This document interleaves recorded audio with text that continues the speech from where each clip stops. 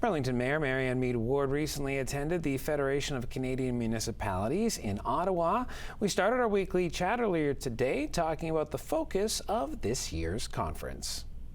Definitely trade, tariff wars, affordability, but also the abuse that elected officials get and the need to combat misinformation, which is showing no signs of abating.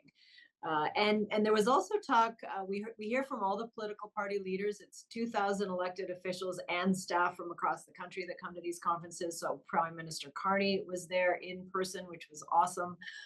He talked about the fact that he's going to cut development charges in half, but then said appropriately that he would keep municipalities whole. So we're not sure how he's going to do that, but development charges have been on everybody's radar as the singular thing that is causing houses to be expensive. It is not the singular thing, and they vary widely across the province, and they pay for things that people need, like water and sewer and roads and community centers and buses.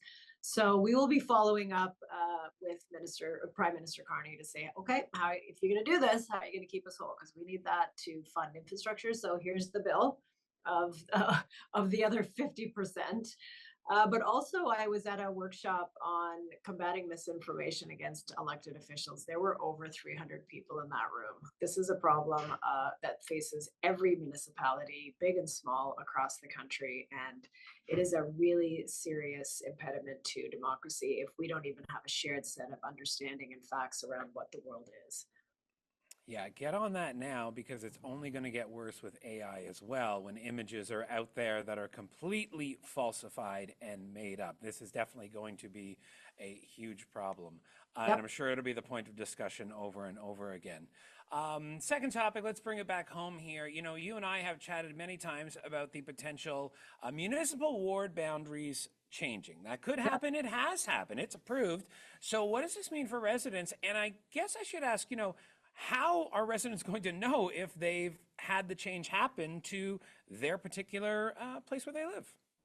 They can find out now any number of ways, but if they go to getinvolvedburlington.ca, we were at this for over almost 2 years, consulting with community about the wards.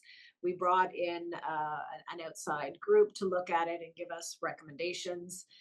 So there is that information there in terms of what council did vote on, which was very recent. Our last council meeting, we approved, I'll call it some minor changes to the ward boundaries for a couple of reasons. We needed to address the size of wards that have grown. Some have grown really fast, some are smaller. And so the rep by pop is really out of whack. So we wanted to correct a bit of that. So there are changes. Ward 1 gets a bit of North Tyandaga, and the Leyland community that is behind the Mountain Equipment Co-op at Brant and Fairview. Ward 4 gets a bit smaller. They were really big. Ward 5, 6 stays the same, and Ward 2 loses a bit but gains the Beachway Strip, which historically pre-2006 was in Ward 2, and that was a ward boundary change in 2006. So it's not a lot of change. People will certainly be notified when election time comes, October 2026, of where they get to vote, but you don't have to wait until then. All that information is publicly available to you. And there was a couple of reasons why we didn't do a sort of a wholesale, just throw everything up in the air and redraw boundaries. Our consultant recommended sort of 2 options, one of which we took, which was the light touch, because we're still a growing community. So we didn't want to make a ton of changes and then have to upside down everything when new growth comes to certain communities. But it also taught us that we need to do this more frequently than every 20 years, which is the last time we did it. So we thought, if we commit to, fixing what we know are the inequities today, and getting to a review on a frequency that is more frequent than every 20 years, we can make sure that we can marginally adjust as we go instead of creating absolute havoc for people.